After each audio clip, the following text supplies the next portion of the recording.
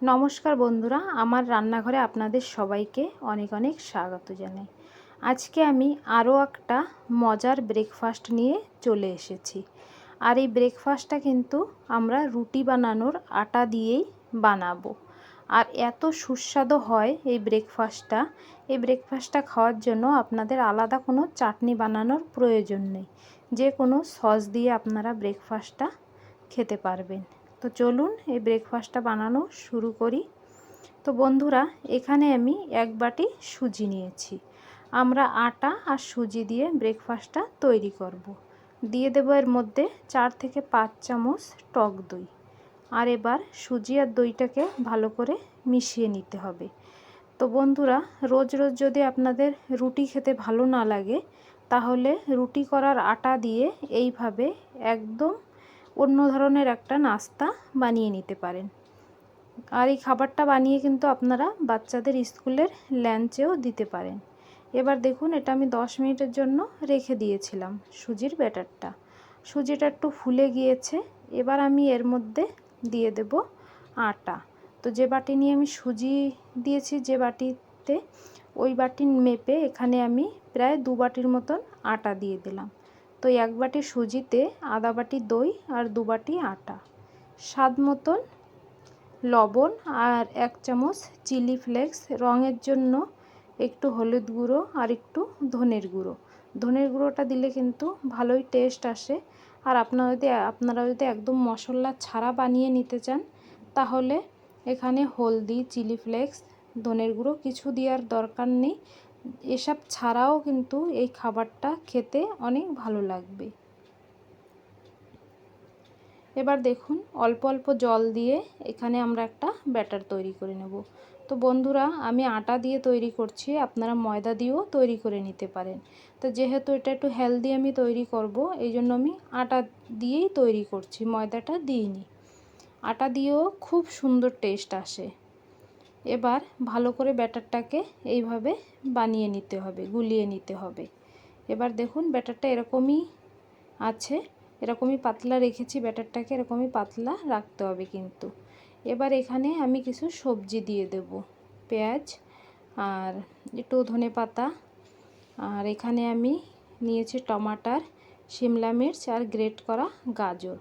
অনেক রকমের সবজি দিয়ে এই খাবারটা তৈরি করছি, খেতে কিন্তু অনেকই ভালো লাগবে। আর আপনাদের বাচ্চারা যদি সবজি খেতে ভালো না লাগে, তাহলে এইভাবে বানিয়ে দিলে বাচ্চারা কিন্তু খুব আরামসে খেয়ে নেবে। আর দেখুন, দেখতেও কত সুন্দর লাগছে, রং বেরঙের সবজি। তো এখানে টমাটারটার কিন্তু বীজ ফেলে তারপরে আমি টমাটার ছোট ছোট করে কেটে নিয়েছি।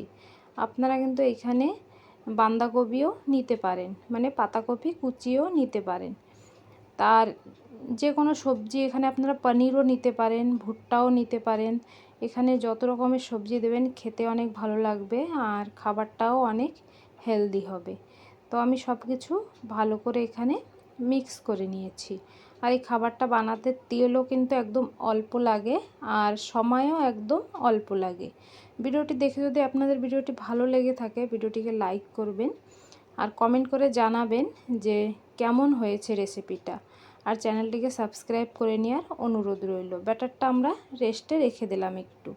আর এখানে আমি একটা পেঁয়াজ কুচিয়ে নিয়েছি, ওর মধ্যে দিয়ে দিলাম একটু লঙ্কার গুঁড়ো, একটু ধনে জিরে আমি শুকনো খোলায় ভেজে গুঁড়ো করে নিয়েছি। আর এখানে একটু চাট মশলা আর কালা লবণ, সন্দক লবণ নয়, এটা বিট লবণ দিয়েছি। দিয়ে সব কিছু ভালো করে আমি মিক্স করে নিয়েছি। এই যেই মশলা পেঁয়াজটা আমি বানিয়েছি বন্ধু, এটা কিন্তু এই খাবারের সঙ্গে অসাধারণ লাগবে খেতে। তারপরে আমাদের খাবার এখানে ব্যাটারটা একদম তৈরি। এবার আমি খাবার বানানো শুরু করব। তো আমি এখানে একটু সামান্য বেকিং সোডা দিয়ে দিলাম, আর বেকিং সোডার উপরে একটু লেবুর রস দিয়ে দেব। খাবারটা হালকা একটু টক টক ভাবও লাগবে বন্ধুরা, খেতে অনেকই সুস্বাদু লাগবে। একবার হলেও কিন্তু আপনারা ঘরে বানিয়ে দেখবেন, ঘরের সবাই ছোট থেকে বড় খুবই পছন্দ করবে। এবার ভালো করে মিক্স করে নেব এই বেকিং সোডাটা এই আটার সঙ্গে। আর এখানে যদি বেকিং সোডা না থাকে, আপনারা একটু ইনো দিতে পারেন, বেকিং পাউডারও দিতে পারেন। তারপরে দেখুন ব্যাটার তৈরি। এবার আমি একটা ছোট একটা প্যান নিয়েছি, আপনারা কিন্তু কড়াইও নিতে পারেন, কড়াইতেও বানাতে পারেন। এবার প্যানে এরকম আমি একটু তেল ব্রাশ করে নেব। দেখুন তেলটা কিন্তু একদম অল্প, এইভাবে হালকা করে ব্রাশ করে নিতে হবে। তারপরে এখানে 2 থেকে 3 চামচ করে আমি ব্যাটার দেব। ব্যাটারটা এইভাবে একটু নাড়াচাড়া করে তারপরে কিন্তু দেবেন প্যানের মধ্যে। আর গ্যাসের ফ্লেমটা এই সময় আমি একদম লোতে রেখেছি, প্যানটা ভালো করে গরম করে তারপরে একদম লো করে রেখেছি গ্যাসের ফ্লেমটা। এবার এই ব্যাটারটাকে ভালো করে এইভাবে আমি একটু হাতা দিয়ে চারিদিকে ছড়িয়ে দিলাম একটা রুটির মতন। এবার আমি এর উপরে এই মশলা পেঁয়াজটা ভালো করে ছড়িয়ে দেব। আর এই মশলা পেঁয়াজের সঙ্গে ধনেপাতা বা চিলি ফ্লেক্সও দিতে পারেন। আপনাদের কাছে যদি অরিগানোস থাকে, যেটা পিৎজায় দেয়, ওটাও দিতে পারেন। ওটা দিলেও একটা পিৎজার মতন এইখান থেকে এই খাবারটা থেকে ফ্লেভার আসবে, খেতে অনেক ভালো লাগবে।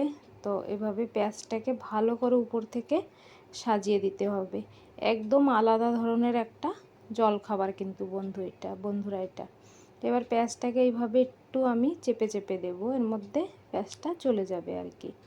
তারপরে আমি এখানে 1 থেকে 1.5 মিনিটের জন্য ঢাকা দিয়ে রাখবো। গ্যাসের ফ্লেমটা কিন্তু লোতেই আছে। 1 থেকে 1.5 মিনিট পরে ঢাকনাটা খুলে দেখুন খাবারটা কি সুন্দর হয়েছে।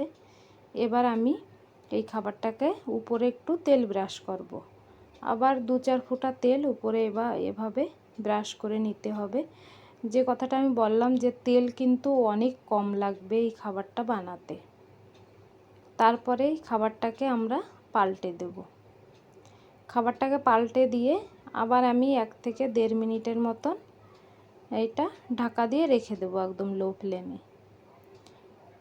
মানে এই খাবারটা বানাতে 3 মিনিট মতন লেগেছে আমার একদম লো ফ্লেমে। তো দেখুন আবার আমি ঢাকা দিয়ে রেখে দিয়েছি 1 থেকে 1.5 মিনিটের জন্য। এবার ঢাকনাটা খুলে খাবারটা আমি পাল্টে নিচ্ছি। এই খাবারটা কিন্তু সকাল বিকালের জল খাবারে একদম ঝটপট বানিয়ে নিতে পারেন বন্ধুরা।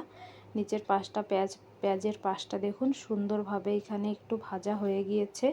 খাবারটা কিন্তু অসম্ভব নরম হয়, সফট হয়, খেতে অনেক ভালো লাগে। এইভাবে সব খাবারগুলো আমি তৈরি করে নেব। তা বন্ধুরা দেখুন কত সুন্দর হয়েছে। আর এটা খেতে কোনো রকম আমাদের চাটনি বানানোর প্রয়োজন নেই। ঘরে টমেটো কেচাপ থাকলে সেটা দিয়েও এই খাবারটা খাওয়া যাবে।